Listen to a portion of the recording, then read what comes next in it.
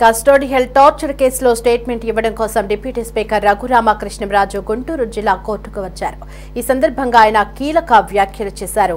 తులసిబాబుకు న్యాయ సలహాదారుగా గత ప్రభుత్వం కోర్టులు కుమ్మరించిందని, అసలు తులసిబాబు న్యాయవాదిగా నమోదు చేసుకోలేదని తెలిపారు.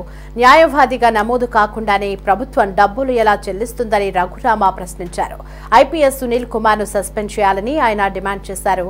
జగన్ 2.0 వ్యాఖ్యలు ఉనికి కోసమేనని, జగన్ అసెంబ్లీకి రావాలని కోరుతున్నానని చెప్పారు. కస్టోడియల్ టార్చర్ మే 14 రాత్రి ఇదే గుంటూరులో, ఇక్కడికి కొత్తపేట దూరం ఉంటుందా సిఐడి వాళ్ళ ఆఫీసు.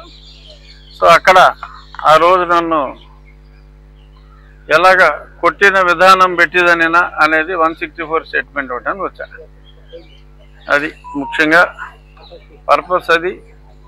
తర్వాత మరి నిన్న ఏపీ హైకోర్టులో తులసిబాబు బెయిల్ గురించి, లేదంటే మొన్న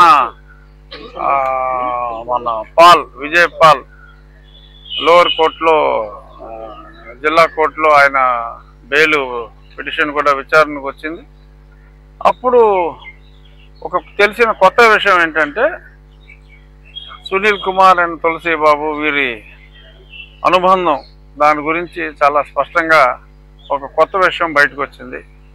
అది తులసిబాబుది 2026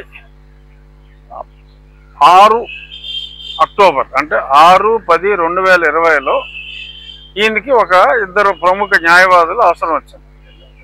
ఆయన తులసిబాబుని ఇంకొక కిరణ్ అనే ఇంకో అతన్ని లీగల్ అసిస్టెంట్స్ అని చెప్పి ఒక పేరు పెట్టి తీసుకున్నారు. తీసుకున్న తర్వాత తెలిసింది ఏంటంటే, ఈ తులసిబాబు అన్న అతనికి అసలు ఈజ్ అడ్వకేట్ కాదు. లా చదువుకున్నంత మాత్రాన అడ్వకేట్ ఎవరు. సో అంచేత అడ్వకేట్ కానీ తులసిబాబుని తీసుకున్నందుకు సో అతన్ని ఎన్రోల్ చేయించారు.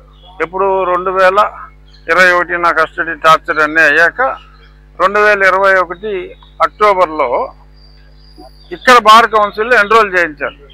బట్ ప్రాక్టీస్ చేయాలంటే ఆల్ ఇండియా బార్ ఎగ్జామ్ ఒకటి రాయాలి, ఏఐబిఎం అని. ఆ ఎగ్జామ్ రాయలా. అది 2023 మేలో ఆ ఎగ్జామ్ చేశాడు అతను. అప్పుడు దాకా కోర్టుకి వెళ్ళి ప్రాక్టీస్ చేయడానికి లేదు అతను.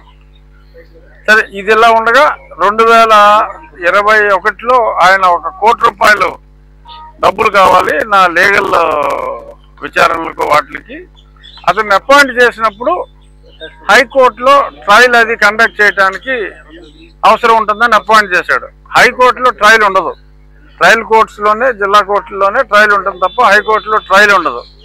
సో ట్రయలే ఉండని హైకోర్టుకి ట్రయల్ కోసం తులసిబాబుని ఎంపిక చేసుకుని, తర్వాత ₹1 కోటి డబ్బు అడిగినప్పుడు సుప్రీంకోర్టులో అడ్వకేట్ ఆన్ రికార్డ్స్కి, సీనియర్ అడ్వకేట్స్కి డబ్బులు ఇవ్వాలి అని చెప్పి ఈయన అడిగిందే తడవగా జగన్మోహన్ రెడ్డి ప్రభుత్వం ₹1 కోటి ఇచ్చింది. ఆయన ఇచ్చిందే తడవగా నవంబర్లో డబ్బులు ఇస్తే, ఫిబ్రవరిలో ఒకే రోజు 12 కేసులు. ఆ 12 కేసులు అగ్రిగోల్డ్, అభయ గోల్డ్ ఏ ఉన్నాయి, వీళ్ళు దందా చేసిన కేసులన్నీ. అందులో నాదొకటి, 7వ నెంబరు నా కేసు. ఇవన్నిటికి ఒకే రోజు 48 లక్షలు. అప్పటికి ప్రాక్టీస్ చేయడానికి అర్హత లేని వ్యక్తికి ఈ సునీల్ కుమార్ 48 లక్షలు. ఆ మిగిలిన దాంట్లో ఇంకో 48 లక్షలు ఇంకో పేరు మీద. అతని వివరాలు నేను పూర్తిగా తెలుసుకోలేదు, కానీ అతను కూడా ఇలాగే మరి చెట్టు కింద ప్లేడర్ కూడా కాదు, ఎందుకంటే ప్లేడరే కాదు అతను. సో అటువంటి వాళ్ళకి ఆ ₹1 కోటి స్వాహా చేయడం జరిగింది. నేను కూడా ఒక లేఖ కూడా రాస్తున్నాను ఏసీబీకి. ఇంత బ్లేటెంట్గా ఒక న్యాయవాది కాని వ్యక్తికి న్యాయ సలహాదారుడిగా పెట్టుకొని, గవర్నమెంట్కి ఏమో సుప్రీంకోర్టు ఫీజులు అని చెప్పి అదే అమౌంట్ని వీళ్ళకి ఇచ్చేయటం, న్యాయవాది కాని వాడికి ఇచ్చేయటం అన్యాయం అనే పాయింట్ మీద ఇది కరప్షన్ కింద వస్తుంది. ఈ కరప్షన్ మీద విచారణ జరపాలి అని చెప్పి ఒక లేఖ కూడా నేను ఏసీబీకి సమర్పిస్తున్నా.